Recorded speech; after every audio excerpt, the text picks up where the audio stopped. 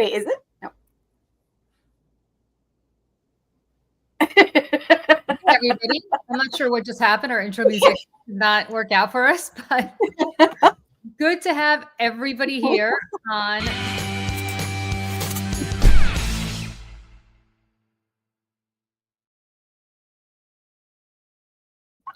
I don't even know what just happened. Our intro music. All of a sudden, I hit the live button and then I went and I was like, oh no, and then it started the thing. So, anyways, guys, thanks for joining us. It could have been worse. We could have been tubing. I was about to pull tubing, but thank God the music. I know. I was going to, and then I didn't. I know. I was gonna pull a tubing, and then I decided. You never know. You never know when to tubing, when not to tubing. You know. I see Tubin in my neighborhood every once in a while, and every time I see him, oh really? Yeah, I can't get that out of my head. Anyway, see you guys here. Happy Wednesday. I am Julie Roginski here with Michelle Kinney from the Seneca Project and JoJo from Jers from Are You Effing Kidding Me Substack, and also from the Stanish podcast. Tara Setmayer is out today, but she's here with us in spirit. And you guys, before we get to everything else we want to talk about, can we just talk about big balls? Oh, big balls! God. Oh, poor big ball. Big balls. Balls were not so big. He got tubed in his own way. He got hit in the balls apparently by a bunch of teenagers. Listen, couldn't happen to a nicer kid. Yeah, and big balls, is now being used by Trump as an example of why there needs to be a federal takeover of Washington, because apparently big balls safety is paramount. It doesn't matter that, poor Black and brown people in DC have been living not great lives for the last, my entire lifetime. Right. But poor big balls, once a bunch of teenagers hit him. Didn't they carjack him? Yeah. Big balls got jacked. I mean, it's like the jokes write themselves. Not that we're condoning violence. No, not that we're condoning violence against big balls or anybody else. But you know what, though? Like maybe, I don't normally believe in these other worldly things, but maybe karma is real. I don't know. Like, here's somebody who has very arrogantly and destructively dismantled the United States government. So I don't know. I'm just kind of like, you don't want anybody to get hurt. We're not condoning violence, but at the same time, I'm just kind of like, I don't know. And now Donald Trump's like, oh, I don't know. The whole thing, just that little pipsqueak. And I just want to dispel with these rumors, these bullshit, like mythology, that these cities are not safe. They say the same thing about New York, and that is, you both live there. You know that's not true. And like DC, I brought my kids to DC, I forget when, over my birthday in June. And it was a lovely experience. Yeah, I'm in DC all the time. It's fine. Yeah. You know what I mean? Like, it's fine. I lived in DC, and DC is fine. It's like any other city. You know where to walk, you know where to not walk. And it's fine. I mean, it's fine. And the part that, all joking aside, that offends me about this whole situation, in addition to the fact that some kid named Big Balls is actually destroying our government, is that he didn't care about all the people he harmed. No, that's like there is blood on his hands. I mean, there are people who are dying. Yeah, let's talk USAID for starters, and the tens of thousands of people who are now dead around the world because of that little asshole. And Gaza, that he is doing nothing about, but talking about how we're going to deliver food very strongly, and the billionaire boner bill that is about to strip tens of millions of people off of their health care and millions of kids off of their nutrition assistance. Like, this is the thing. And the part that really pisses me off too is that they will parade one story about violence out there as the be all and end all, particularly as it happens to be an immigrant, which is statistically lower likelihood than an American citizen, male, by the way. But they don't care about school shootings, so much so that they've shuttered the Office of Gun Violence Prevention. They took down the wall at I forget where it was. What's the word I'm looking for? The ATF, the wall for the victims of school shootings, and yet this douchebag. Oh, sorry, Julie's dad. I don't want harm to fall on anyone, but we're taking this one story and making it the foundation of an argument for safety. I mean, come on, stop. Yeah. Do you guys know that Big Ball's grandfather was executed as a KGB spy? Yep. Yeah. I know. Wow. Apparently, he's a double agent, and somehow Big Ball's family, including his mother, was allowed to move here and live here, which always was very curious to me because that's really not how it works. Do you think Big Balls is an unfortunate translation?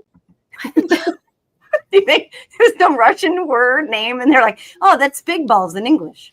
It was really Big Boris, but they decided to make it Big Balls. No, oh my God. Yeah, I don't know what's going on with Big Balls. All I know is that, we wish thoughts and prayers for Big Balls, I guess. I'm going to give Big Balls everything these people always give to victims of shootings and everything else. Thoughts and prayers. Right. Thoughts and prayers. Thoughts and prayers, Big Balls. Yeah, you guys, balls. Yeah, I hope his balls recover, and I hope that perhaps he realizes they're not as big as he thought. Otherwise, he wouldn't have gotten his ass handed to him by a bunch of teenagers. Wow. I mean, there's a taint joke I'm not making, but go ahead. I'm sorry. You can go ahead and make it. It's okay. Just to say taint no thing. What a chicken wing. I will stop now because that was really bad. And I feel free to roll all day long. I'm so sorry.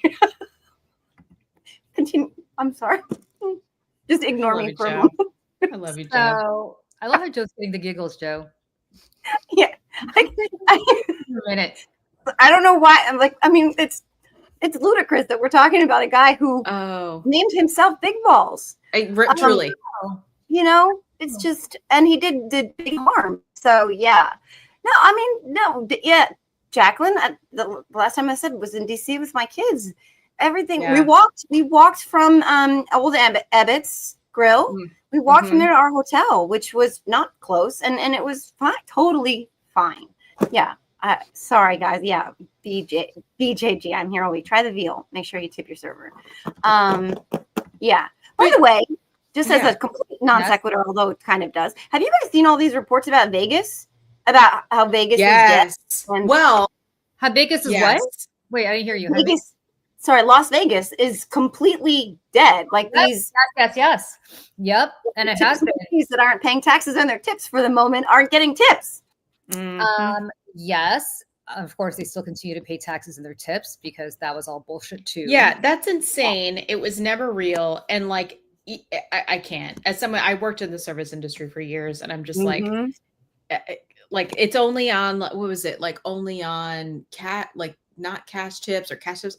It's not even like a thing. It's not affecting anything, and it's short-lived anyways. So I'm just kind of that expires in like 2 years or something. Right. Yeah. It's a write-off on your taxes, assuming you make enough money to actually do your taxes in a way that an accountant does them, where you get write-offs. Mm-hmm.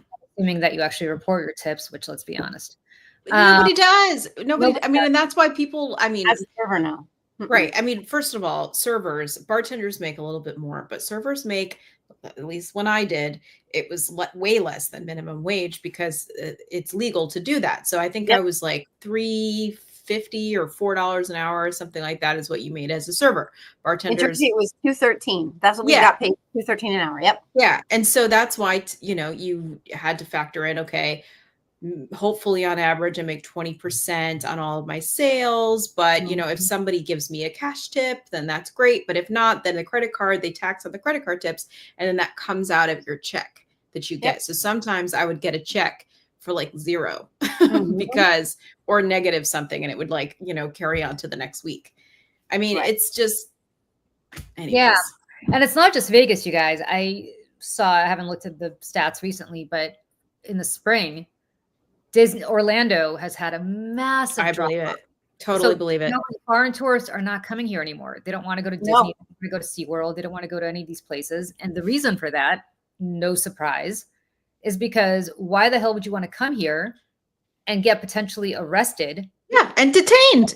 Definitely. Like, the world. Like, why would you come to Disney here when you could go to, I don't know, Paris Disney, or you could go to a bunch of other, you don't need to come here. Is there still a Disney in Tokyo? I would go there. Probably really nice. I don't know. But I mean, like, so you've had Florida tourism precipitously drop off, like precipitously. So it's not just Vegas. Well, I can tell you this too. And, you know, you guys both know, and maybe if you're watching, if you've watched the show for a while, I grew up in the Elise Stefanik's congressional district, which is a huge, huge district. And it's unique in the fact that it's so much of the Canadian border, New York Canadian border, and it has a military base, and there's a lot of agriculture, and there's a lot of tourism because of, you know, the St. Lawrence River and everything else.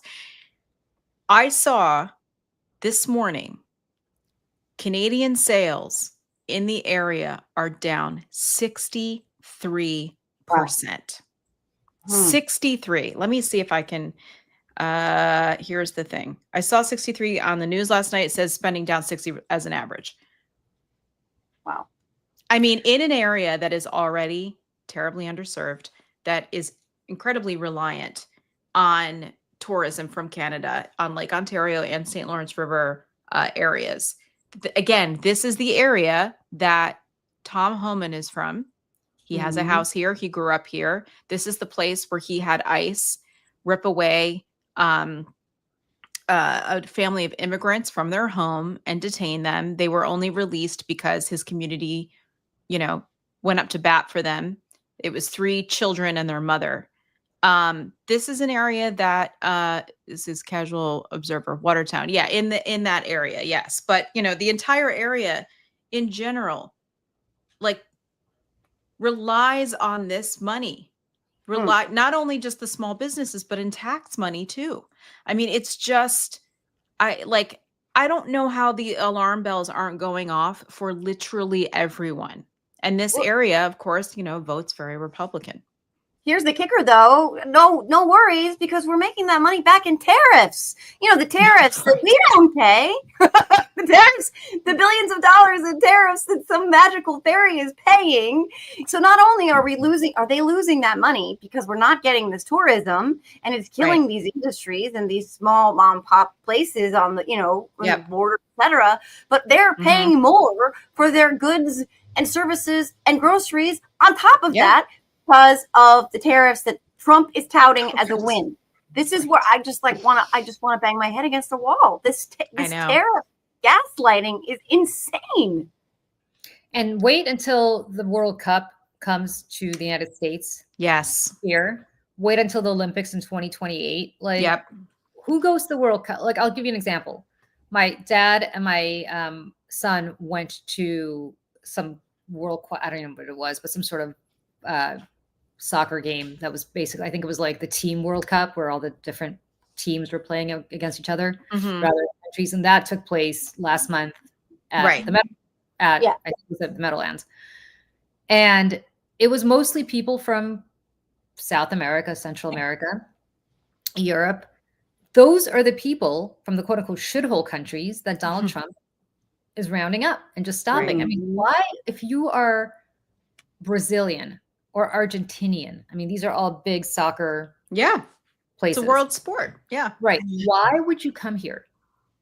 I would actually tell you not to come here. Like, wait 4 years to go to the World Cup somewhere else. You don't need to come here. No. And you're risking like a tremendous amount to come here. And why? Yeah. For what? For what? You could safely just watch it on your TV, honestly, or in your favorite bar or something. You know, it's not going to run there anyway. It's going to be a total. So why bother? I mean, it's going to be a complete shit show. And I just don't understand what they're thinking when they're inviting the world here, the World Cup next year, and again the Olympics in 3 years from now. Yeah, absolutely. That stuff bothers me so much, by the way, that like that the world is looking at us for during these moments, and it's him at the helm. It does feel very reminiscent of a certain other fella whose speeches Donald Trump might have kept in a book by his bedside. You know what I mean? It's like the world is looking at us, and we have Donald Trump at the helm. It's just, it bothers me a lot. Like, it bothers me a lot. I love soccer. My dad got a full ride to college. Yeah, on a soccer scholarship to Fairleigh Dickinson as a Lebanese immigrant who came here. That's amazing. Yeah, full ride. I have a sentimental place in my heart for soccer, and like that.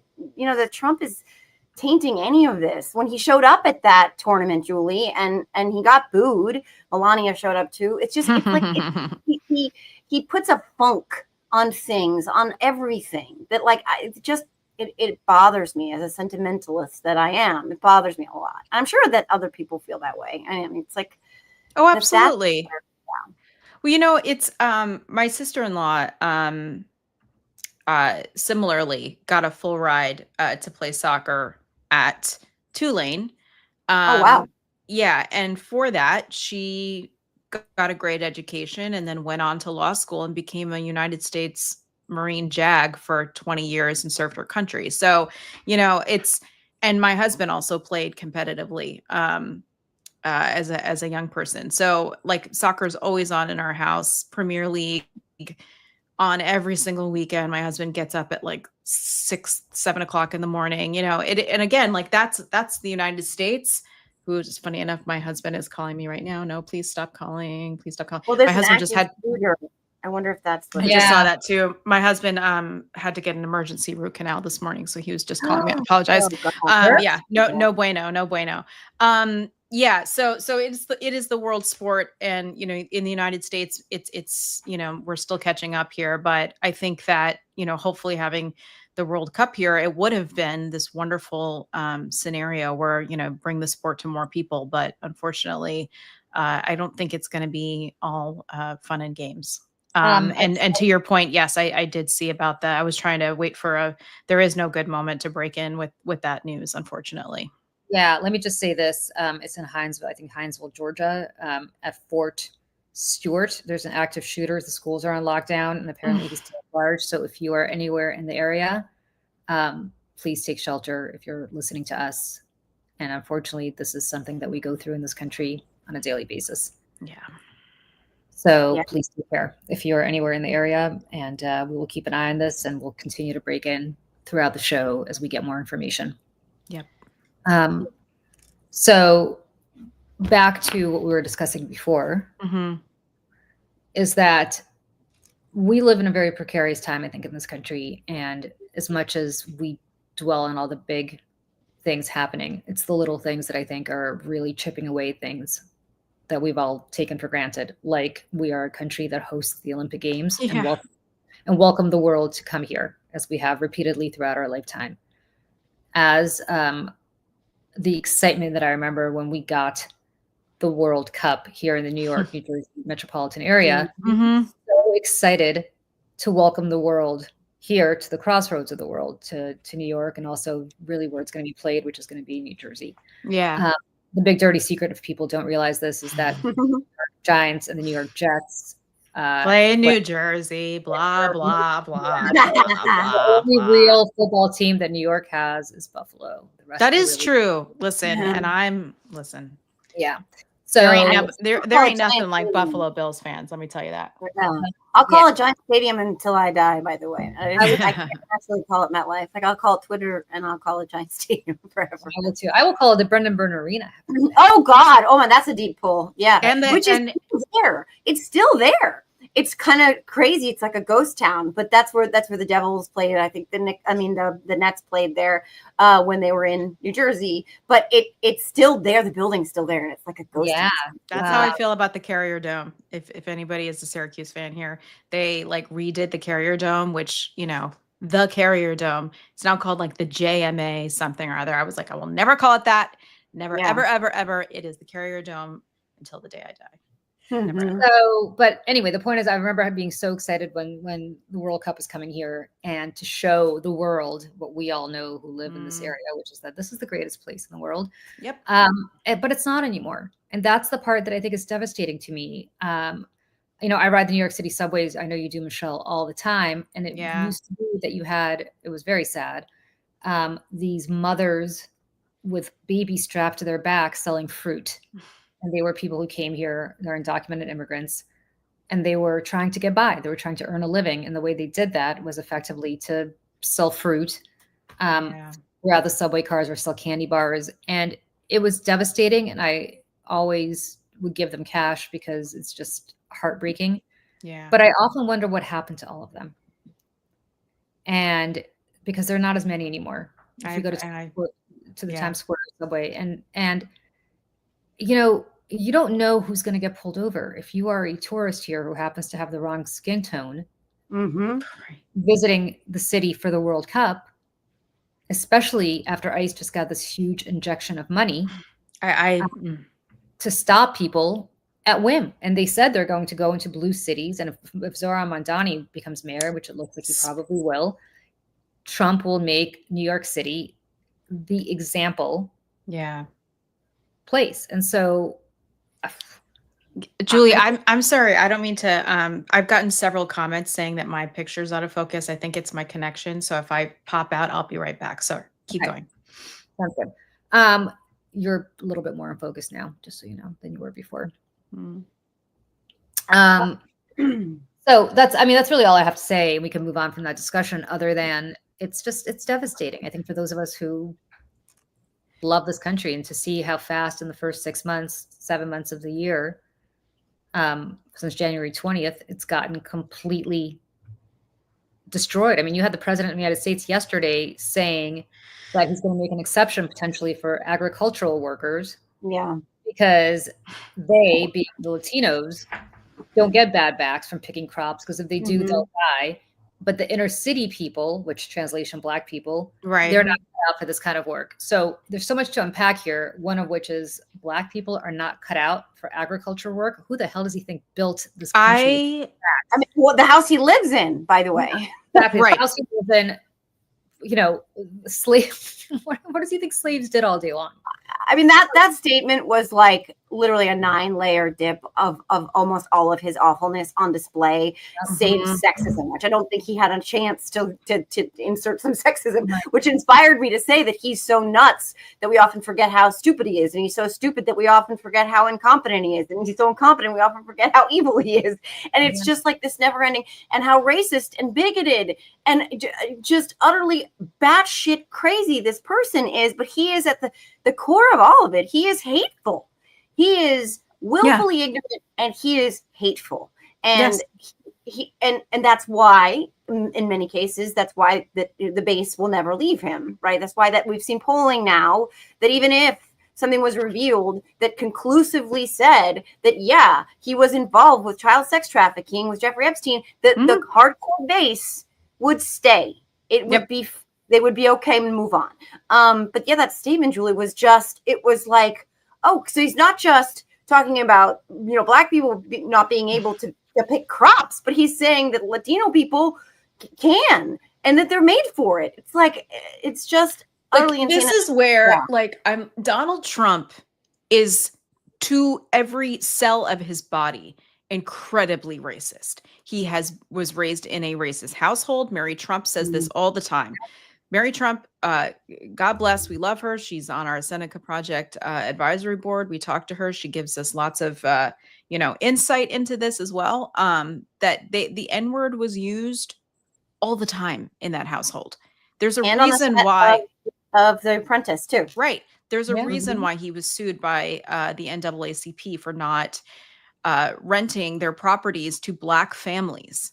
He has an entire life worth of racist history that we can go back to the Central Park Five. 5 young men who were innocent and falsely accused of attacking and raping a young woman in Central Park. He took out a full-page ad, I think it was in the Daily News, saying that to bring back the death penalty. I mean, this is who Donald Trump is. Remember, was it last summer after Kamala Harris had entered the race? He was at that event saying that, she wasn't Black until she decided to be Black. And then, I mean, he is Black a racist. Right. Black jobs. I mean, and he remember, Where's My Black? Remember that? Where's my African American over there? Where's my Black? Right. And then you go back to, what was it, the 90s when he was, it was before Congress, talking about the reservations and the casinos, and he was mad. He doesn't look Indian to me, doesn't look Indian. Like, and he just gets away with it because all of this is baked in and people are so used to his craziness and race. Like, he's everybody's racist ass uncle who says the craziest shit and sends chain emails with nonsense. But that person became president of the United States. And, Biff from the alternate 1985 is now a, present danger in all of our lives and to everybody in the world. And, going to like the thing he did on the roof yesterday, walking around, just craziness. He posted that today, by the way, the same things he was saying on the roof. I'm sorry, I was laughing so hard when George Conway and others were like, oh, many people are saying that Barack Obama could fly and that he was the best flying president of all time, as if to go Trump and be like, oh, really? Watch me, like whatever. Right. Oh, right. I do want to say this because I said this at CNN yesterday during the break, and as you can imagine, nobody there had a reaction. If this were Joe Biden, Jake Tapper would be writing 27 books by now. Yeah. And apologizing to his family members and like how insane Donald Trump is. But because it's Trump, as you said, Joe, it's all baked in. So it's okay. Like, no problem because it's Donald Trump. So of course, this is like, haha, this is so funny. Look at Donald Trump, master builder, inspecting the White House roof. What is going on? I made a little supercut of all of this, and I'm just going to play this really quick for anybody who didn't see it.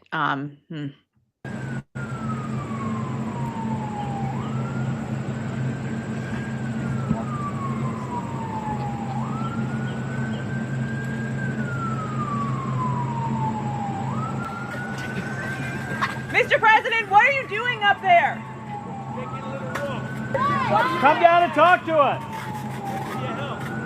What are you building? Go with the ballroom, which is on the other side. Are you? Hello, Peter. You're looking good, Peter. Are you going to build up?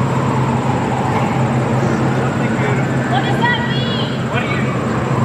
More ways to spend my money. It's just another way to spend my money for the country. Anything I do is financed by me, so in other words, contributed. Just like my salary is contributed, but nobody ever mentions that.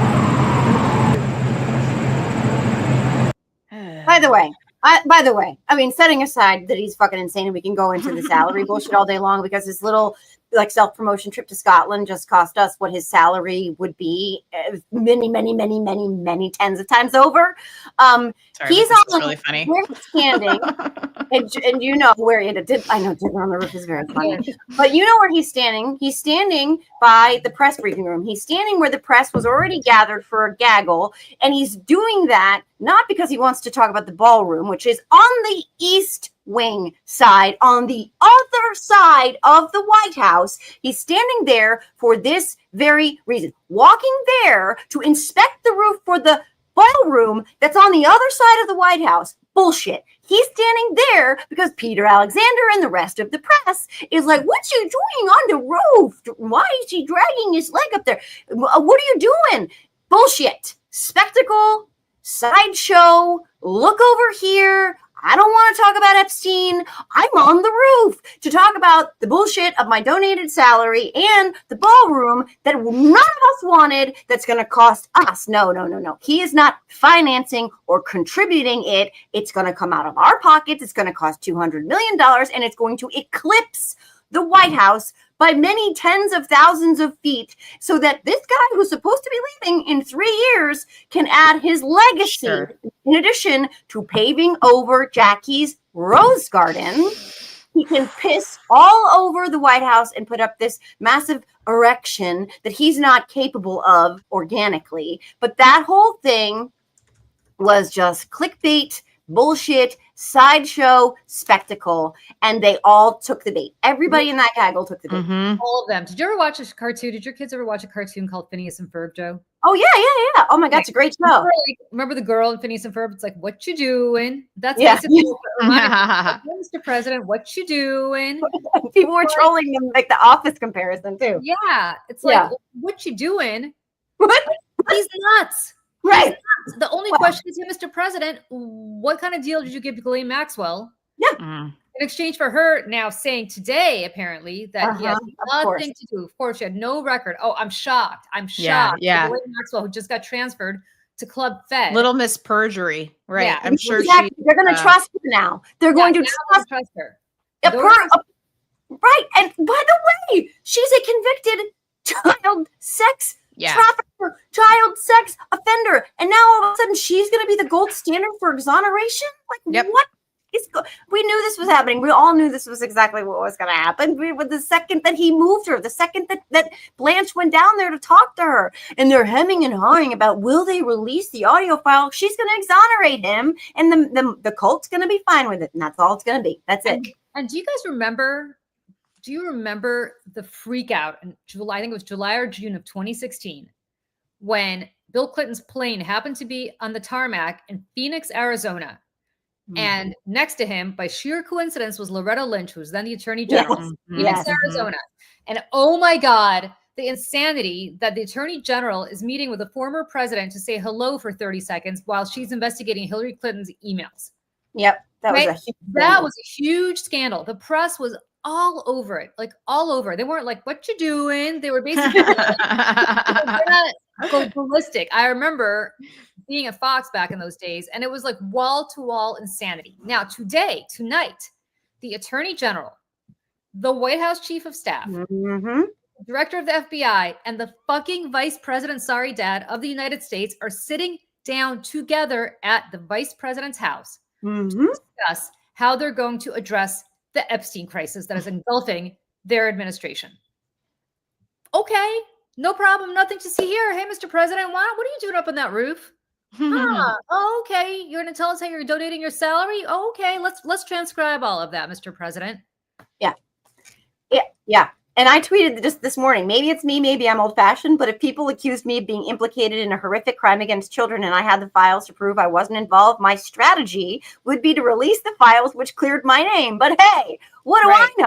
Well, why do you need a strategy when you have the truth? This kind of sums it up. If you don't need a big meeting with so many high officials, if your plan is just to release the files, like that is not what they're doing. They're they're going to do a little tap dance. Oh yeah. And the one thing I said, I was on CNN yesterday, which I'll get to over in a second, but I said this yesterday, and I don't understand why this is not completely obvious to any MAGA Kool-Aid drinker, because they don't want it to be obvious, but it should be obvious to the rest of us.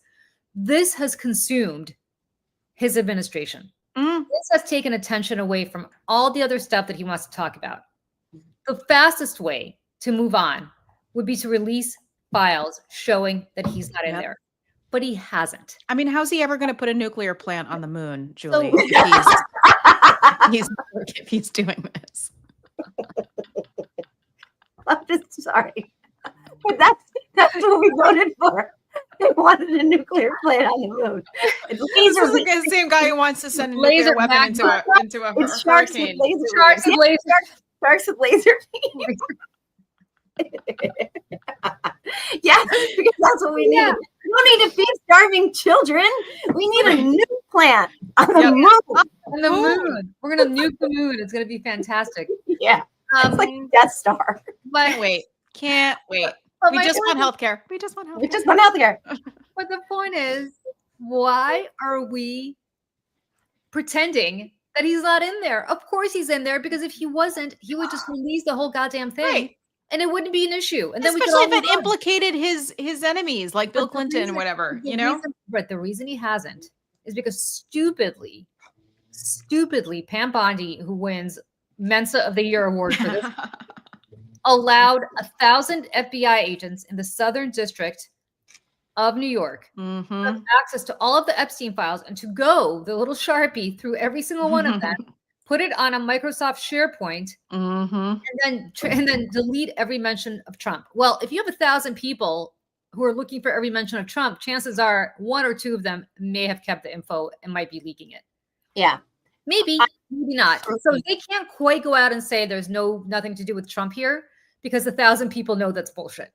Also, he's probably in it so much that all that would be left is maybe like, dear people, here are the files. Like that would be the only thing that's left. because I think he's probably in it so much, and he knows it. But speaking of nuking the moon, and this is the part that scares me, is he's going to have to change the subject eventually. And the only way to change the subject from something Wag so the horrific dog. is to wag the dog, to do something so awful. Yeah. Like start a war. Which Putin, right? Didn't he blow up an apartment building in Russia or something to try? Yeah. We have nuclear parked in the region. Yeah. And well, look at what Netanyahu's doing right now.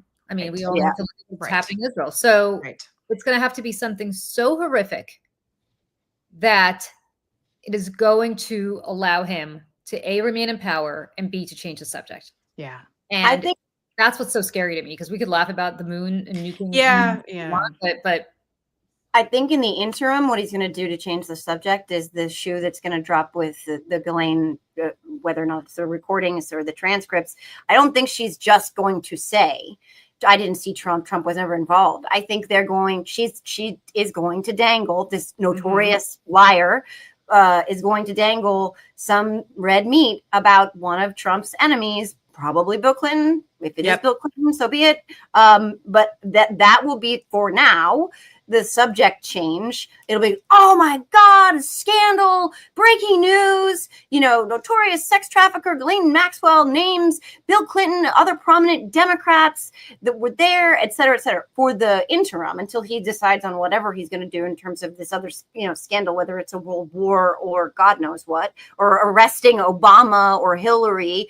This is going to be, I think what they're strategizing about is how to unveil some of her more salacious lies in exchange for or whatever. Well, and she's such a desperate person. I mean, we already know this about her. That's how she got in with him in the first place. Right. She came from an incredibly wealthy family in England whose father was doing all kinds of stuff with governments and doing, I mean, who knows? But when he died suddenly, and jury's out on how that all happened, officially or unofficially, we find out that he was stealing the pension funds from his employees. So she and her family were left with nothing. And so she was living the high life her whole life, and she didn't want to not live the high life. And so what did she do? She attached herself to Jeffrey Epstein, who acquired billions of dollars. We don't really know how. That seems to be a mystery too.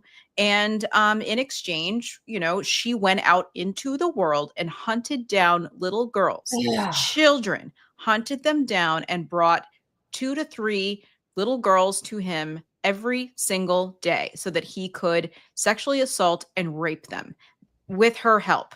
That is, at the end of the day, the truth here. And let's just give an example of what she did. There's a testimony in her trial. I actually read through some of this testimony, and that's the thing that actually pisses me off about this whole situation, is that nobody's really talking about the survivors here. Yeah. Both sides. They're not taking a seat at that table tonight at that meeting either. Yep, exactly right. But here's what one of these survivors said. She was a little girl at a performing arts camp called Interlaken in Michigan, which Michelle, you probably know. It's a very well-known camp for performing arts kids. And one day, Ghislaine Maxwell showed up with Jeffrey Epstein, and she had a little Yorkie in tow. And of course, the little kids all saw the Yorkie and were like, especially the little girls were like, oh my God, oh, how cute. It's a great conversation opener, right? That's why every single guy I know always gets a dog, because they know it's kind of a conversation thing, right? So the girls all go up to the Yorkie. Oh, this is great. And they start talking to this girl, and she was a girl. I think she was 14 or 15 at the time, about how this girl wanted to be a model, or she wanted to be an actress. And they start dropping names of famous people they know, including Lex Wexner. Oh, and Jeffrey Epstein goes, oh, I'm friends with the head of Victoria's Secret. And of course, like, you're so pretty, you could probably walk in that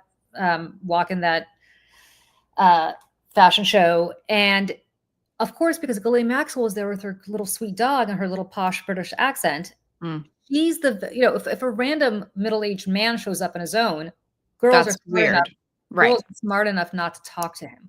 It's the woman. It's the woman. It's the woman with the dog who's the protector. If she's protecting the dog and the sweet little cute dog, she's going to protect you. Nothing's going to happen to you the same way nothing's going to happen to this dog, right? Whenever we have kids, we tell our kids, if something happens to you, look for a woman, look for the mom, because she's going to be protected. Yes, always.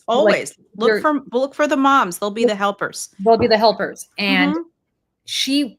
they didn't know she wasn't a mom, but she was a mom to this little Yorkie, right? Yeah. This little Yorkie who, of course, oh, can I see your dog? Can I, of course, it's like the same thing. I have kids, and whenever I walk my dog on the street all the time, I have little kids coming up. Oh, can I pet your dog? Oh yeah. It's of course, it's what kids do. And so that's what's so awful about her is she knew it. She was the bait. She weaponized the trust. Drug dealer. She's the one. It's like going up to a little kid and saying, "Hey, do you want to try this candy?" Right. Want to get in the back of my van? Get in the back of my van to try this candy. That's what she was doing because they trusted her. Because these girls were not stupid. They would never have trusted some random middle-aged guy showing up at a camp. No. But they probably looked like they were parents visiting kids.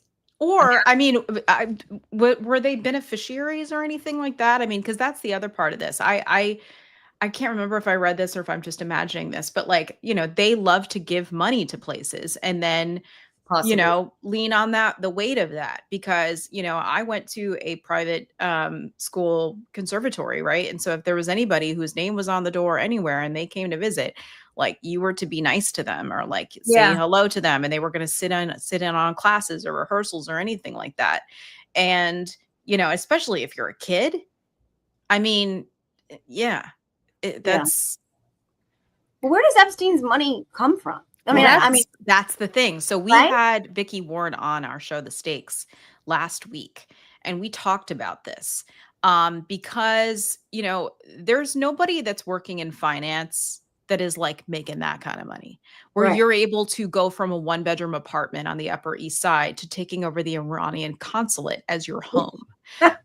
Like seriously, I worked at a hedge fund for 2 years in between trying to figure out, my acting career and trying to figure out what I was going to do with my life. I went and worked at a hedge fund. I've lived many lives. And I think this was like a $12 billion AUM hedge fund. A lot of rich people worked here, right? Like very, very, very wealthy people who had big giant houses on the Hudson River. They weren't living like this. And so there is something else going on here. And whether he was funneling money for people, and also his name does not appear in the markets at all. So he trading nothing.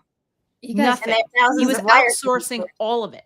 He was a math teacher at Dalton. Right. Yeah. Let's be very clear. He's a math teacher at an elite private school. The headmaster of which was William Barr's father. Wild. A longtime headmaster of which, right? He was the headmaster of Dalton. And I can tell you, as somebody who knows the New York City private school scene pretty well, that I guarantee you that there are girls who are now women who had Mr. Epstein for math, by the way, who did not graduate college. I will tell you right now, I don't understand how the school hired somebody who did not graduate college because take it from me, you need practically a PhD to teach high school at these schools. I interviewed for a nanny job with a wealthy family in New York City like years ago. They wanted to see my SAT scores and my college that's the point, transcripts. Right? You know what I mean? Like it's you have to be. And so there's nothing wrong with being a college dropout, but there is something very suspicious about being hired at an elite private school to teach when you don't have a college degree. You don't have a graduate degree, you probably can't teach. It's just not done. So I want to know why Bill Barr's father hired him. I want to know exactly how many NDAs were used at Dalton to settle whatever complaints there were from young girls about Mr. Epstein, the math teacher, because there were. And I guarantee you there were NDAs. And my friends who are in New York right now, if you still live here, that NDA does not cover you anymore. Just so you know. So feel free to talk. Give me a call. I'll walk you through it. I wonder what year was he there? It was in the 80s and I think 90s. 80s. It was in the 80s. I have a friend who was there in the 80s. I'm going to ask her. Who was there? I should ask him. But I mean, I don't know if they overlapped. But the point is, so much of this doesn't make sense. But who knows where it came from? The Internal Revenue Service. Yeah. Well, and potentially Congress, because I forget if it was Blumenthal, someone has asked for, there's thousands of wire transfers. Just for one of his bank accounts. Yeah. Like that adds up to $1 billion, over 4,000 transactions in and out. And there's probably thousands more in other bank accounts that they know of. And so from no one. Yeah. Like right? So but again, we're protecting billionaires. Yeah. And this is who oversight is going to bring in. I don't know if you guys saw this, the following individuals to appear for depositions through issued subpoenas: Hillary Clinton, Bill Clinton, Merrick Garland, James Comey, Bill Barr, Alberto Gonzalez, Jeff Sessions, Robert Mueller, Loretta Lynch, and Eric Holder. And apparently this has to do with this, but it's like, I mean, the whole thing is a shit show. And the whole thing's a shit show. You know who's not there? No Acosta. Yeah. No Acosta, Alex Acosta, who gave him the and then suddenly became the Secretary of Labor for Donald Trump. Tara said Merkley. Thank you, Tara. Senator Merkley. Sorry. No. Merkley wasn't asking for the file for their transfers. Yeah, sorry. No Alan Dershowitz. Right. Right. Captain Underpants. I was going to say, who leaves his underwear on? But he cannot go to the library on Martha's Vineyard. He can't get a pierogi, guys. He can't get a pierogi. He's suing the pierogi guy for not selling it. He is? Yes. You don't know about this? You can refuse to make a cake for a gay couple, but you cannot refuse to sell a pierogi to Captain Underpants. Oh, is on Martha's Vineyard? Yes. The farmer's market at Martha's Vineyard. Oh my God, these rich people. The pierogi guy says to him, I'm not going to sell, I know who you are. I'm not going to sell my pierogies to you. He goes ballistic. He pulls over some rent-a-cop. I take that back. I don't know if it was a rent-a-cop. I apologize to the fine men and women of the Martha's Vineyard Police Department or the Chilmark Police Department. But he pulls over a cop and he's like, I'm going to make a scene about this. Cop's like, please don't, sir. Because this person is not entitled to sell, you're not entitled to get a pierogi. He proceeds to make a scene and he's threatening to sue the Martha's Vineyard, the pierogi guy, I believe the farmer's market, potentially also everybody who's not inviting him to their barbecues anymore. Because he has lived on Martha's Vineyard for 40 summers and he's never been treated this way, Larry. I'm going to go back to the second grade. Yeah. And I'm going to sue Vanessa Baker for not inviting me to her birthday party. Yes, life, liberty, and the pursuit of pierogi. That's according to Dershowitz. By the way, just as a commentary of the moment we're in, the breaking news everywhere was broken by I think it was the New York Post this morning. Right? Yeah, it was the New York Post. This is everywhere now. That the testimony that she gave to Blanche. That reportedly she'd never witnessed Donald Trump engage in any concerning behavior in her presence. This is the story. This is the story. And they're denying that there was ever a strategy meeting, but this is the story. Got it. Instead of showing us the proof, this is what they're going to go with. They're going to go with the perjurer, child predator, and her memory of Donald Trump never doing anything. I'm surprised she doesn't have a memory of watching him save puppies from a burning building. But yeah, this is the new narrative for the moment, and to distract us from the fact that they are still not revealing what is in the files. The actual. Anybody want to go to Martha's Vineyard and go to the pierogi place and throw them some business? Yeah, I love pierogies. I've never been. You've never been to the vineyard? Oh, it's very only Nantucket. And I've never been to Nantucket, but I've been to Martha's Vineyard many times. It is magical. Truly. I have been to both, and they're both very different, and they're both very magical. Nantucket's a little bit more snotty than Martha's Vineyard, but the vineyard's great. We should go up there. We should go to the pierogi guy. We should give him a hug, and we should eat some pierogies in front of Alan Dershowitz. So we talked briefly about Republican hypocrisy, which is my new thing. So I was on, this is my over it. I was on CNN last night with Scott Jennings, who I got to be honest. God bless. Did you see he posted a picture of you guys, by the way? Oh yeah. With him going like this. Yeah. He also called me a liar on air again. I did hear that. I did hear that in the background. I was in the other room and I was like, he did not just do that again. But it's like now his thing with you. Yeah, because when you don't have anything to say, you just say you're a liar, right? Like liar, pants on fire. Okay, Scott. Well, it is true that Congress did leave town early, so not to vote on Epstein, but okay. So what he was going off on is the fact that Democrats just get back to work in Texas and they're absconding, and the people of Texas have elected them to represent them. And why are they in Illinois and not voting on this bullshit map? Which, by the way, A for effort, Texan Democrats, but the reality is it's going to happen. So we should just understand that eventually these people will come back. Eventually there'll be a quorum, and eventually. Well, so I'm glad they're fighting, though. Me too. I'm glad. 100%. like the sidebar on that. But But so maybe you should play the clip, because when I heard that he was talking about people coming back to work and doing what they were elected to do, here's what I said. Anyone? Whoops. That's not it. That is not it, because I did not remove the last thing from the stage. Let me do this. Anyone? He's trying to out Paxton. Well, he's trying to out Paxton, right? They should go to work.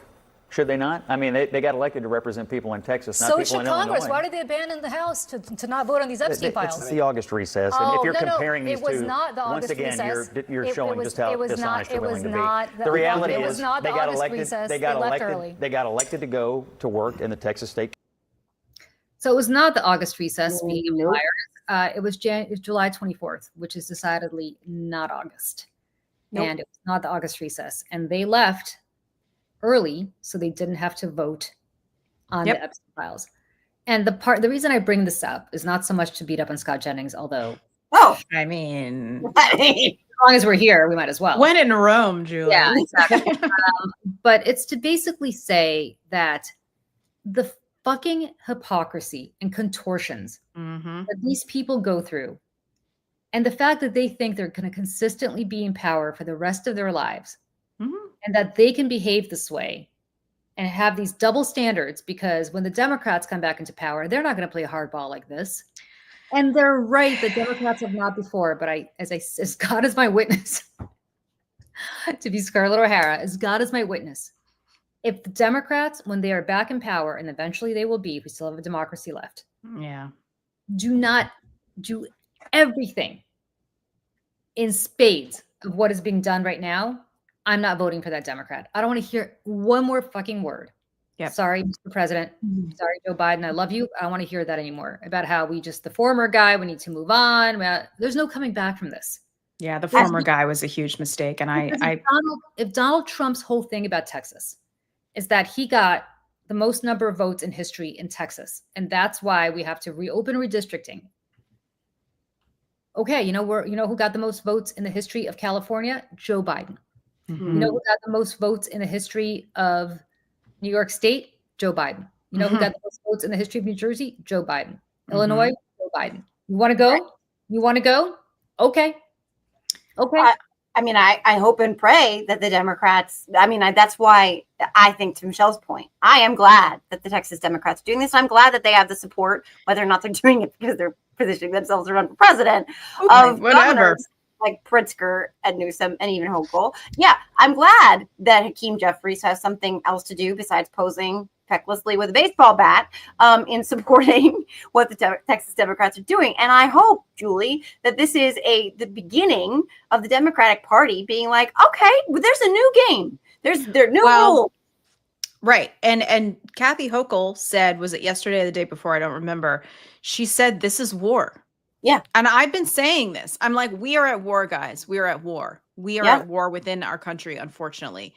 And there is no going back to the old rules ever. And we put together a very quick little, I say we, Mallory did this, God bless, yesterday, just a super cut of what Donald Trump has said and how the governors have responded. I'm just going to play this. War. And I won Texas, and we are entitled to 5 more seats. These folks don't play by the rules. Trump has asked Texas Republicans to redraw the Texas maps to get him 5 more seats. He recognizes he's going to lose in the midterms. When you try to tear health care away from veterans and seniors and people with disabilities, and stop food assistance for the most vulnerable working families in America, and raise prices on everyday groceries, all to fund tax breaks for the wealthiest people in this country, then voters are likely going to throw your party out. If they can't win playing the game with the existing set of rules, they'll change the rules. They're doing it in the middle of the decade. The tool they're using is a racist, gerrymandered map to divide hard-working communities, and Governor Abbott is doing this in submission to Donald Trump. He's dialing for seats. Familiar because he dialed for votes. Who tried to break this country, tried to light democracy on fire on January 6th. It's cheating, plain and simple. And if they're going to cheat, we're not going to play. They'd rather silence voters than serve them. What Texas and Republican states are doing at the direction of Donald Trump is nothing short of a legal insurrection against our Capitol. If Republicans are willing to rewrite these rules to give themselves an advantage, then they're leaving us no choice. We must do the same. I'm exploring with our leaders every option to redraw our state congressional lines as soon as possible. California will not sit by idly and watch this democracy waste away. You won't fight for democracy? You're doomed to lose it. We'll fight fire with fire, we'll assert ourselves, and we'll punch above our weight, and it will have profound impacts on the national outcome, not just here in the state of California. That's what's at stake. The gloves are off. And I say, bring it on. That's great. That's fantastic. And here's why I think no matter the outcome of what happens right now, what this is giving us is a moment to do just what you guys at Seneca just did, which is to give the Democrats a chance to show that they are not toothless, but also to highlight all of the reasons that the Republicans need to cheat. And that speaks to what the Republicans are trying to do and doing to the American people. So no matter what the outcome, they're buying us time and eyeballs on the truth and on the fight. So I give all of them props. And that was a fucking great video, by the way. Mallory. Yeah, Mallory. She was like, I'm going to do, and I was like, good job, girl. I like Amazing. it. Yeah. I'm going to share that. I never saw that. So well, you know, and the thing is too, it's Donald Trump is a cheater. He cheats on everything. He cheats on his wives. He cheats at golf. He's cheated on his taxes. He has cheated the hardworking people who have helped him build his empire. I'm talking about small business owners in New York and New Jersey, who've had to go out of business and declare bankruptcy because he's stripped them of everything and doesn't pay his bills. And so, you know, if his base or the people, maybe the independents or just, you know, moderate Republicans who, you know, casually just vote for him because they don't like the other guy, you know, if you're wondering who's going to be the next person who's cheated, you can take a look in the mirror because it's going to be you. And it's going to be with your Social Security, your Medicare, your Medicaid, your everything, all of those safety nets that we've had in place for the last 80 years, including our national security, are going to be gone. And our public health. And our public health. I mean, oh my God, Robert F. Kennedy, Mr. Quack Brainworm is like, oh, we're not going to do any mRNA vaccine research anymore. I've decided that it doesn't work. This is a person who, by the way, testified in front of Congress that no one should be taking medical advice from him. This is the same person. I call him the bear dumping, whale decapitating, dead brainworm guy who said that heroin made him a better college student.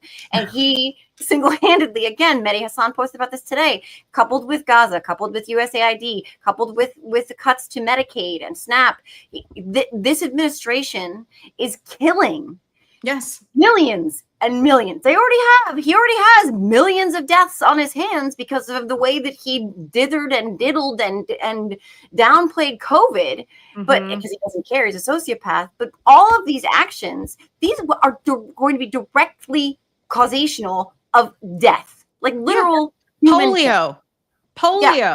Measles. Right. I mean, we're having a measles epidemic in this country now. We're having one of the largest outbreak of measles in decades. We had eradicated this virus, and now it is back because you've got all these crunchy whack jobs who, you know, and we should do a show at some point about the wellness pipeline to MAGA, because let me tell you what, the crunchy ass pipeline of, oh, essential oils, oh, I'm not going to take antibiotics, to I'm not going to vaccinate my kids, and let's have measles parties, and let's get COVID, or I'm not going to wear a mask because I have immunity. You know, what is wrong with people? You know why? Like, after a certain year, what was it, 1956 or whatever, when the polio vaccine came out, you walk around these cemeteries and you see a lot of little kids who died very, very young. And after a certain year, you don't see them anymore. Why? Because we had a polio vaccine that saved lives of children. And now we're going to go back to a time where this is going to start happening again. And this is where I'm like, Mitch McConnell had polio. He had polio. but it's part and parcel of everything about how they want to drag us backwards in time, right? They want to drag us backwards in time in terms of it's like let's die rights. like penniless peasants, like civil rights, 1850. Yeah, civil rights, voting rights, women's rights, public health, etc. This whole trad wife thing, where they literally want us to be, barefoot and pregnant in the kitchen, drinking raw milk. Right. Well, raw milk. By the way, there was a sickness, I think, something that bacteria or whatever in maybe Florida. But this kind of feeds into my over it because there's also this pull backwards where they're gaslighting the public into thinking that the progressives and people on the left don't like sexy and or attractive and or blonde and or blue-eyed and or big boobied women by saying that we don't want any of the traditional aesthetics, blah, blah, blah, because of the Sydney Sweeney gaslight, right? And that they are the party. Passed down. Jeans are passed down. Do it again. Do it again. Do it again. Do it again. Do it again. Do it, Michelle. You do the best Sydney Sweeney. Do it. One more time. Sorry. Jeans are passed down from pants to asping. So funny. I'm gonna make that my ringtone. It's so funny. But my God, my favorite bored troll YouTube yapper, Megyn Kelly. This has become her favorite latest chum is like she loves to just like chum the waters with this like manufactured outrage, and she cannot let the Sydney Sweeney thing go. And she went after Beyonce because Beyonce now has a Levi's ad out. Beyonce, there you go. This gorgeous queen of a woman. Right. This is a Levi's ad. And oh boy, was Megyn offended. She was already offended, or at least she was pretending to be. Everything, well, mostly liberal things offend her, but mostly liberal things if they have to do with Black women or Black people or everything offends this biatch. Well, the original sin for why she got fired from her job, I believe it was at NBC, correct, was that she made the comments about blackface. So this is what she posted in response to that. This is the opposite of the Sydney Sweeney ad. Quite clearly, there is nothing natural about Beyonce. Everything from her image to her fame to her success to her look below is bought and paid for, screams artificial, fake enhanced, trying too hard. Hey, Megyn, where'd your nose come from, by the way? Well, just on the side. Because that ain't the nose I'd wondered, and I have had thoughts. I'm just going to say. Yeah. But I mean, like... yeah. She's also a jealous, salty bitch just at the bottom of this. And I'm over this manufactured bullshit. But part of what I find interesting about Megyn Kelly, and like I find this interesting in the way that a car crash is interesting about Nancy Mace, is that what these two people, and thank you, Sarah Longwell, for calling her out. And it's true. This part. Watching the people who Trump bullied, she's bleeding out of her wherever, becoming insane bullies themselves has been an underexplored dynamic of the Trump era. And that is true. And that's what I want to say about Megyn Kelly and Nancy Mace is that I think at the core of all of this, that because they know once upon a time, they were integrity adjacent, sprinkled with some kind of moral code, some kind of respectability infused, that they've abandoned all of that. So women that Donald Trump has gone after in horrible ways, Mace and Megyn Kelly, and that they now carry his water, that they now go to bat for him, unabashedly defend and support him. Women who are not stupid, women who have been trailblazers in many ways in different parts of what they do, that they have sacrificed all of that to just be another chick who fights the fight for a serial sexual predator. And so I think one of the things that happens, and I think eventually it consumes them whole. I don't think it's an act. I don't think they're trying. I don't think there's an intention behind it anymore. I think this is who they are, is they become the bullies themselves because they've abandoned the core of who they were. And to fill that void, they become this. And that is what Megyn Kelly has become. That is what Nancy Mace has become.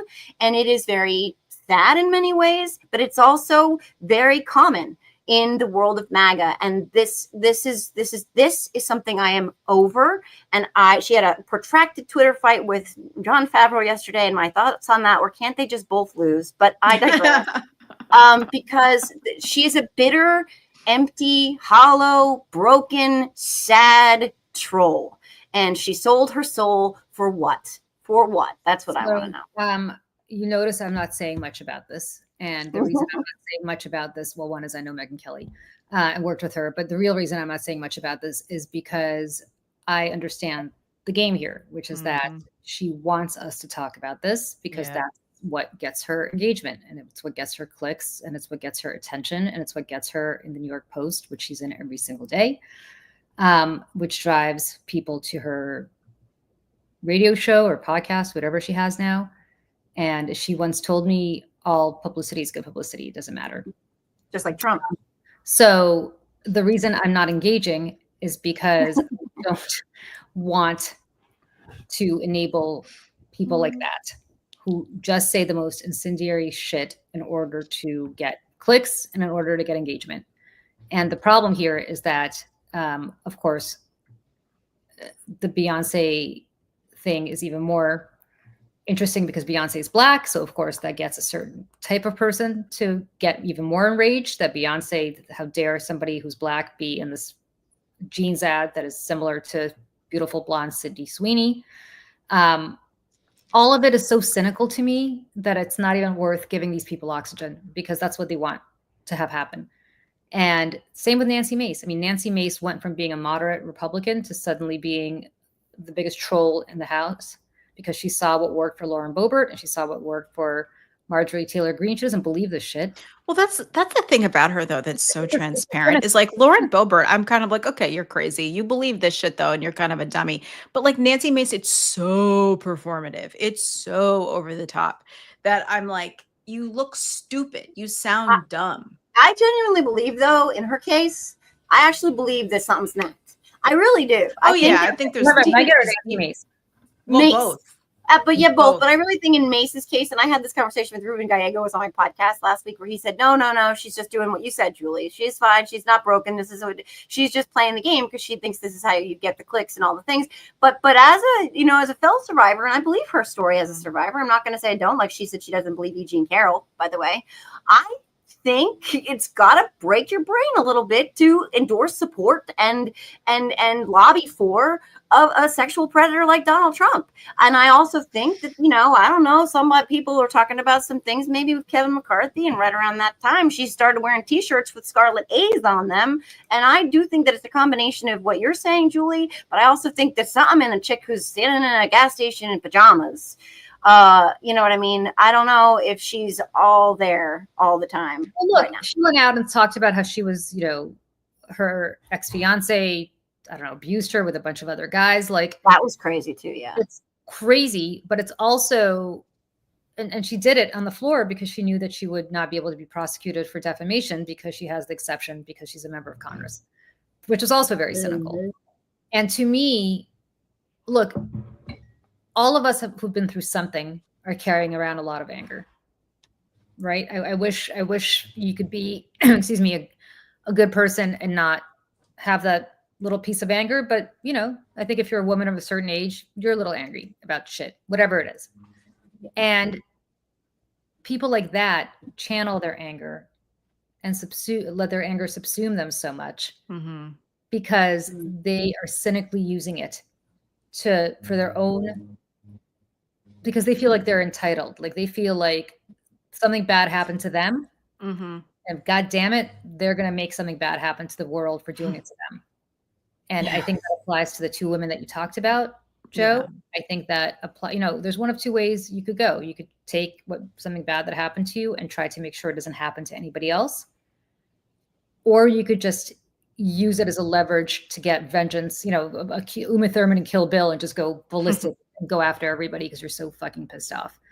And Nancy Mace, look, I did a press conference with Nancy Mace a couple of years ago when we introduced one of our pieces of legislation on the Hill. She sponsored it. She's no longer sponsoring it, but she showed up and within 2 seconds was dropping the F-bomb about it was dropping the F-bomb in completely gratuitous kind of ways to get noticed. Like it was a pick me situation. And, from my perspective, it was like, you just want attention. Like you're standing there with Dick Durbin and Lindsey Graham and Kirsten Gillibrand and me and Gretchen Carlson, and you're just being like, fuck this fucking guy. And I just fucking, and you're like, what? Like, we're here to do a press conference about age discrimination. It was like this is a Wendy's. And everybody's looking at her. The Republicans too are looking at her like, yeah, you can't sit with us. Yeah.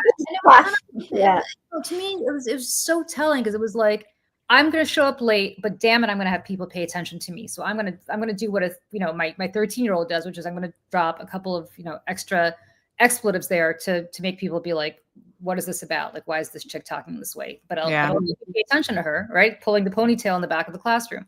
That's all this is. And that's why, to me, like, the less oxygen you give them, God bless Sarah Longwell, I think she's fantastic. I wouldn't have even retweeted that. I would have let it go, because that's what they want. They want you to use them. Yeah, but the Longwells and the Favreaus, we all know that the commodity, the currency out there right now is attention, eyeballs, right? Like on social media. So they're all playing the same game. Oh, yeah.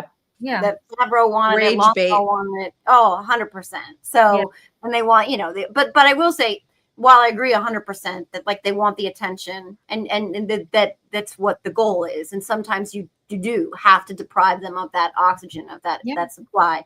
So, you know what? Every now and then, though, I need to punch a bitch in the nose. I just do. I just need to pop a bitch in the nose. And my Substack this week is about that, about the Democrats popping people in the nose. Because when I was in 5th grade, I had to change schools. True story. And Kyle, I know you're out there. And Kyle, I got brand new Soda Pop sneakers. My mom took me. My mom got to see us once a month, and she took us shopping once a month. That was her parenting. And she bought me brand new white high top Soda Pop sneakers, and I wore them with a purple and black checkered dress that had a belt. And I was waiting to get on the bus, my first day in a new school, and Kyle, with his little checkered Vans, just smudged my sneakers with this big black smudge. And I looked at him and I said, don't do that. And I punched him in the nose in front of the principal. Mr. Jones, rest in peace, by the way. I just needed to pop him in the nose, and he needed to know that. You don't do that to my sneakers. But that's why I don't want violence. I'm not saying I want to, actually hurt Megyn Kelly and her modified nose. But I needed to pop her in a little bit, because it makes me feel better. So that's why I said that. Her modified nose. No, you know what's funny? I got a message. I don't know if you knows. The thing is, like, I never was like, oh, I love Megyn Kelly. Like, I just want to be very clear about that. But of all the people that was at Fox, and like most of the time I did not agree with her, but sometimes I did, and I was always kind of like, all right, this bitch got energy, like I respected the game back in the day when she was on Fox. But again, there's something that snapped in her.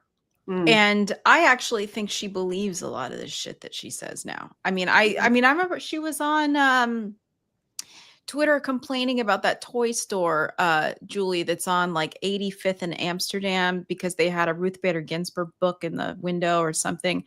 And I'm just like, girl, just like calm down, like take a pill. Like, it's fine. It's all going to be fine. And I just, I don't know if you guys know this too, because we share an alma mater, and very unfortunately, she went to Syracuse, and I got a lovely message from some random guy. I'm sorry, I don't remember your name, but on LinkedIn, and he was like, hey, I caught your show over at something. I love you guys. I just want to say thank you as a fellow Syracuse alum for being a cool person, because Megyn Kelly, is kind of ruined it for the rest of us. I was like, okay, there's a lot of people who went to our school, but I agree. She sucks. And it's very unfortunate that we share that. But yeah, and the thing is too, is like, I want to just compare that, and this brings me to my over it. Compare that the Sydney Sweeney thing with another thing that the MAGAs are now upset about. So the difference, yes, West Side Kids, Stephen in NYC, that is correct. That's the toy store. They have great game selection. 84th in Amsterdam. Right, just right across the street from Fred's, which we also love. So, the thing about the Sydney Sweeney ad is that there is a lot of coded dog whistling all up in that. Like, and I didn't know this, Julie, I think you pointed it out, that the guy, or maybe it was Tara, that the guy who owns American Eagle is like a super MAGA right-wing guy. Oh, I didn't know that, yeah, maybe it was Tara that said it to me. And, they've doubled down on it, that like, I don't think that any of this was an accident. And Sydney Sweeney is also a darling of the right-wing alt-right incel crowd. They love her. She comes from, by the way, a very religious family. She has not said anything about this. So I think that it was very deliberate in this culture, that this trad wifey, white, blonde, white is right kind of culture that they're trying to build in this country as they snatch brown people up off the street and put them in camps. So I say all that to say, there was a production of Jesus Christ Superstar this past week at the Hollywood Bowl. And Cynthia Erivo, if you don't know her, she is a unicorn of magnificent amazingness. She is a British Black woman who is also gay, and she is amazing and has one of the most incredible voices ever. And she was playing Jesus. Adam Lambert, who's also a gay man and very eccentric and amazing, was playing Judas. Philippa Sue, who was the original cast of Hamilton, was playing Mary Magdalene. Now, these, I feel bad that I didn't even know that this was happening. George Hahn talked about this on his Instagram the other day. He's like, it's all over my feed. Like, I'm so behind. And I'm also behind because I didn't know that it was happening. And I've caught all the clips since. And let me tell you, MAGA is losing their mind that there is a black woman playing Jesus in a theatrical production of Jesus Christ Superstar. Again, it's an artistic choice. It's an incredible show. And I'm not even like a huge Andrew Lloyd Webber fan for all the reasons, because a lot of the shows are just not very good. But Jesus Christ Superstar is up there. I think it's a lot of fun. But they're all losing their minds. Like, this is blasphemy. How dare they? The liberals, Jesus wasn't black, which, well, you know what? I'm sorry. Unless you are a Middle Eastern Jew, I guess you can't be playing Jesus anywhere, including the guy who played Jesus Christ Superstar in the movie, who, as I recall, was he blonde? I think so. And kind of Aryan? They haven't been this upset since we had a black animated fish. I've been to the Galilee, my friends. Not blonde, Eastern European looking, Slavic looking, Germanic looking people. It's just like, again, they find the one thing and they get very, very, very, very upset about it. And I find that the interpretations of these kinds of castings to be incredibly powerful, because when you hear the words that are written about this and the story, which, again, like the Bible, in my opinion, is like a book of fairy tales that have a lot of lessons, some good, some whatever, that if said, if the words are coming out of the mouth of someone that you would not expect them to, maybe you lean in a little bit more, you listen a little bit closer, maybe you take something else from it. And I just want to show a clip of Cynthia Erivo, someone took from the audience, of her singing this song towards the end of the show, that I just find incredibly powerful. And I just want everyone else to enjoy it as much as I did, because I think I've watched this 52 times in the last day.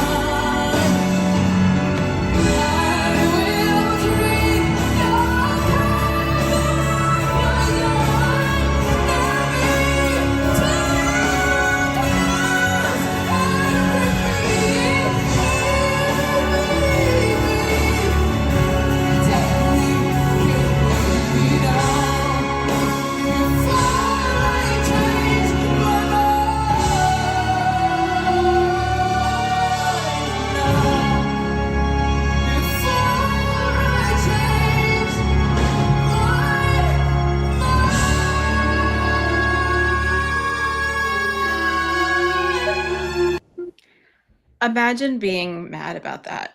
Like, I'm just like, I mean, that was incredible and absolutely just like defies like even logic. But the thing that kept coming to my mind was they're so upset about what talented, amazing artist plays Jesus while abandoning the teachings of Jesus at the same time.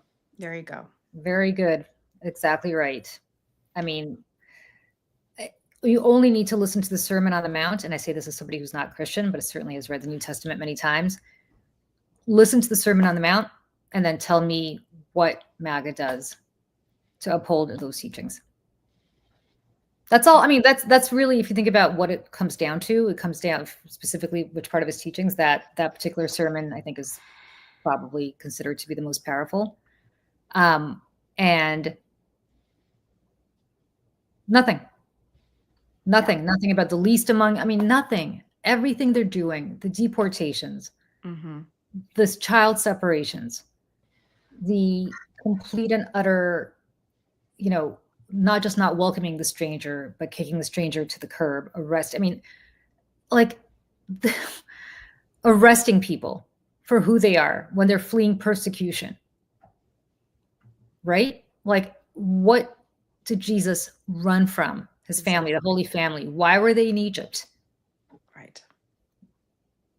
But because they can't grapple with that, they attack a performer in a performance, sing a song, because it offends them on a level that they are not willing to explore. And really, really sad. But yet it's okay for Andy Gibb, an Australian, to play Joseph and Joseph in the Amazing Technicolor Dreamcoat, or Donny Osmond, a Mormon. Donny Osmond. Oh my God. A Mormon from Utah, right? But I mean, think about that. It's okay for those white guys to play Joseph and, a Canaanite Jew. Right. That's okay. A Mormon. Canaanite Jew. I'm not, hey, somebody Jewish. I'm not saying it's cultural appropriation. God bless. Donny Osmond was great in that show. What in Joseph and the Amazing Technicolor Dreamcoat? Can we actually? I know we have to wrap. Can we close with a really strange story about Donny Osmond in that performance? Always. It's so okay. So, and this is complete. And it's not really non sequitur, but it's like at least ending on sort of a happy note, which is a crazy thing to say because we're talking about something. By the way, props to that performance. It's just absolutely incredible. And I thought amazing. To just what? It's outrageous. The whole thing is outrageous. And our friend Victor Shee was there, and he said it was incredible. But here's my real quick Donny Osmond and Joseph in the Technicolor Dreamcoat story. So I was working as a waitress and not in a cocktail bar, but I was working as a waitress in a Bennigan's in Boston, and it was in the theater district, and right around the corner was where Donny Osmond was performing in Joseph in the Technicolor Dreamcoat, and I was hungover as all hell. I mean, like we were out late, and I was on a double, and it was summer, and it had rained like all morning or all day, and with this they cut. In the restaurant business, you have a certain number of servers on, and then when it gets slow, you send a bunch home, and then if people are working doubles, you usually hold them over and they work into the early part of the dinner shift. So I'm hungover as hell. I'm barely getting through the day, and we're cut down to a skeleton crew, and it's dead. And all of a sudden it gets nice out. And then the hostess is like taking tables, and one after another. It's me and one other server in the entire restaurant. So I have the smoking section and the outside. And so in comes this, I don't even know, gang. There's like 13 of them or more people, and I'm like, oh my God, that's a lot of people. And then they're like, Donny Osmond is here. He wants to sit outside. He's with the cast of Joseph and Technicolor Dreamcoat. They want to sit outside. I'm like, outside. I'm not even set up outside. Meanwhile, we at the time, thanks to some crazy person in Texas, have something called time crunch lunch. Okay, if you remember Bennigan's, guys, Bennigan's free. What's that? When you're hungry for fun, of course. Wasn't that? They put stopwatches on the tables, and they inform people that if they hit the stopwatch as soon as they ordered, that their food had to be on their table or their meal was free by the time the stop. I am not kidding. So try and imagine now me hungover, dying with a skeleton crew in the kitchen, no support staff. The manager, I don't even know, is probably banging on the hostess in the This office. is like the Waiting, the movie is so good. So the way that it worked, oh God, you would they would hit the thing, and then the kitchen would get the ticket, and there was this TV screen, and all the tables would show up on the screen in colors, and it was like green was like they had 15 minutes, and orange was they had like 10 minutes, and red is like get the food. Donny Osmond is one of my 400 tables, and he's 13 people outside, all of which are drinking iced tea refills. Thank you very much. No. And they hit the button. So now I'm like, and the screen is red. The cooks are walking off the line. They're like outside smoking cigarettes. My entire section is, where's our food? I'm like, oh God, yeah. We had to buy Donny Osmond's entire 13 top lunch. And I was mortified. And I'm sorry, Jesus and your Technicolor dream coat, but I was not prepared for you that day. Did they at least leave you a tip? I think he left me a huge tip. Yeah, like he would. Yeah. I'm having Bennigan's pick up his lunch because you didn't get it in time. Yeah. Wait, you buried the lead, which is that Donny Osmond did not whip out his credit card and say, "Never mind, I see you're working very hard, waitress Joe, and I will pay for this meal." I almost thought you were going to be like, and then he came back and helped me, but he didn't. And he came in the dream coat. No. I bought my this is not how this is not a happy story. This is a bought my entire section lunch that day. My entire section. Yeah. Mm-hmm. Yeah. Tom, the manager, was not happy, but he was also too busy. But he was very nice. They all wanted iced tea. Who does that?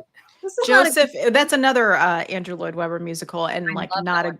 Oh, you do? I love it. You know, I actually was in a production of that many years ago, and it's. I love it. I secretly listen to Jacob and Sons. I listen to that. I can't. I get post-traumatic stress from anything related to it, and I just can't. You know, speaking of musicals about, I know we got to wrap up. Speaking of musicals about God and Jesus and stuff, I actually saw. Speaking of '80s stars, I saw a production of Godspell in Myrtle Beach, starring Rex Smith. Wow. Remember Rex Smith? That's Mad Libs. You just did Mad Libs. You guys, I have to run. I'm so late to a call. I gotta go. Okay, we got Donny Osmond, you suck. Joe, he was very nice. He was very nice. Other than that, he was very nice. He still ripped you and your manager off. I'm sure that came out of your tips. Come on, Donny Osmond. You're Donny Osmond. No. Osmond money there. Oh God, if he's listening, I'll be mortified. I don't know. I got to tell you, that's not how I thought this was going to end. All right, bye everybody. Bye everyone. Have a great. We'll see you Saturday at 10 a.m. Eastern. Same place. See you later.